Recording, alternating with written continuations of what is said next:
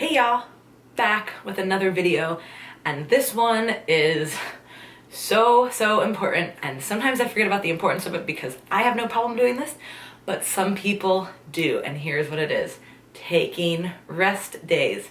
For all my crazy girls and all my crazy clients out there who listen to this, listen, I understand wanting to do more. We always think that more is better. And for certain things it is, but for certain things it isn't. As always, there's context. If you are training for something very specific, that means that you have to train every single day and you can take no rest days, then I would say that that's appropriate. For most things, I would say that that's not appropriate. I'm sure there's gonna be an example. But for most people, taking at least a rest day is going to be astronomically better. Now, the caveat is when you are in a very tight diet, or with like an extreme goal, let's say like a physique competition, at some point things kind of work up to like where you might be doing cardio daily, right?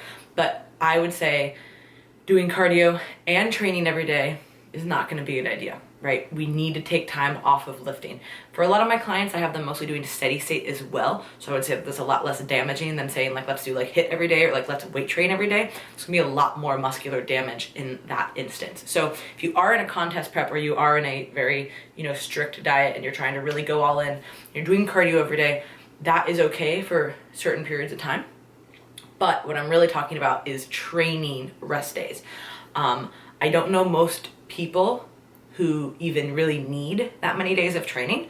And I would say that you're probably not even really getting in the best sessions in that case if you're training so much.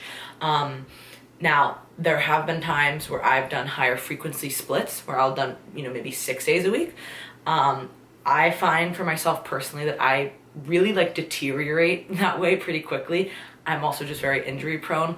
Just like my tissues, ligaments, kind of everything is just very injury prone. So for me, that can work for short periods of time. But I find that if I do train 6 days a week, the sessions have to be a lot shorter.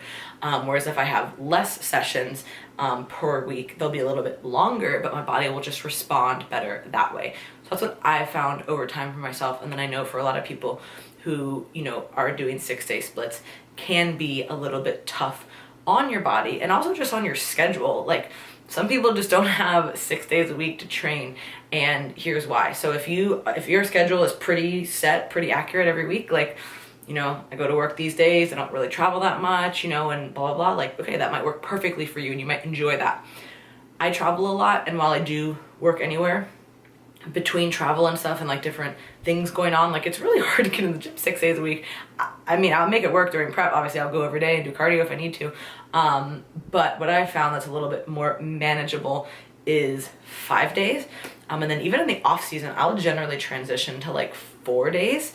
And that kind of depends on goals, where I'm at, like, is anything that I have like a nagging injury, like what's going on. But I found that 4 to 5 days is kind of that sweet spot for most people.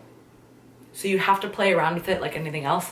So it's kind of like meal timing, right? So for me and my clients, what I generally recommend is 4 to 5 protein feedings a day, or 4 to 5 meals, and all of those have protein for me and my clients generally. What I also say though that can work is 3 to 6, right? Like 3 is a little bit low, but you can make it work. And likewise, 6 is kind of a lot, but if you need that with your schedule, you can also make that work. Same thing with training. I would say that ideally, I would suggest 4 to 5 days of training. And then on the periphery, 3 to 6 is also acceptable, right? So we just have to understand, what the goals are, calorie balance, like where is that at? What is your end goal? Are you doing something more like strength or performance based versus, physique based? Are you dieting? Are you not dieting? Do you have a lot of time to give? If you're only training 3 days a week and you have these higher level goals, you're going to be there for like a little bit longer than maybe if you could do 6 days a week, shorter periods. But like if your gym's far, that might take up more time, going more frequent. Like there's so many factors, right? So I would say in general, 4 to 5 is probably what you should shoot for. And then, in the other instances, 3 to 6 works just as well. But notice how I didn't say 7, right? Except, like I said in the beginning, there could be some weird reason why I need to train 7 days a week. I would say for most people, you don't need to. So taking a rest day is so, so, so important.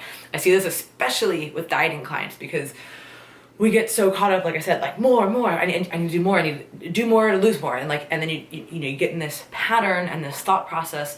And again, sometimes we gotta turn it up. Like we gotta do more shit. But it's also important to know when to rest. So your body, your inflammation will be like through the roof, as well as like your cortisol. If you're chronically training and overthinking about it and over stressing about it, because it's all the same stress to your body, right? Like it's all perceived stress. Like your body doesn't know exactly like what's happening, but like they're like, there's something going on. So what I see a lot of people do is if they do take those rest days and they've just been like hammering it, right? And then it's like, okay, hey, I'm forcing you to take a rest day this week, full rest day. They'll usually wake up a little bit lighter, a little bit tighter, and it works kind of magically that way. So if you do feel like you have to do more in order to keep up or make progress, kind of reevaluate that. Like on the off days from the gym, you can still do things that are like, you don't have to be like a couch potato. I think people think that when they're not going to the gym, they need to not be doing anything. Like that's not true. So you can still go for like, like a brisk walk, like a post-meal walk, so that's great. Do mobility work, which we all know sucks. So if, and I know, I sure as hell do not want to do that when I get to the gym. Like when I get to the gym, like I want to do stuff, right? Like maybe a few minutes, okay. But like actually getting stuff done, no, it's not happening. So, take those off days to maybe do some mobility work. And then if you are doing something where like your cardio isn't super high, you could structure it, cardio on the off days so that you always feel like you're doing something. That helps a lot of people with like their digestion. I have some clients that really works well for them because they can't necessarily, for whatever reason, their body reacts better that way, right? So it's very nuanced, of course, but in general, few days of training, few days of cardio. If you can and your body responds to it, take a full, complete off rest day and let me know how that goes. And I promise you guys, you will be so much happier. And you'll actually you feel like you'll be able to give more in the gym too. That's what I always feel like. Sometimes when you're just pushing, like we kind of just don't really have that intensity. We don't really have that drive. So if you're like, hey, I'm going to the gym 4 days this week, I'm doing 4 cardio sessions and I'm going to get a mobility session in, you're going to go in there with like some vengeance. And is that the right word? You're going to go in there with some intensity. Pretend I didn't say that. You're going to go in there with some intensity and you're really going to get after it. So try that if you've been kind of spinning your wheels and you've been unsure if you should take a rest day or not. I'm telling you, take a rest day. Thank you guys so much for watching. Hopefully this helps. Share it with your crazy friends. We all need to hear this from time to time. Thank you for watching.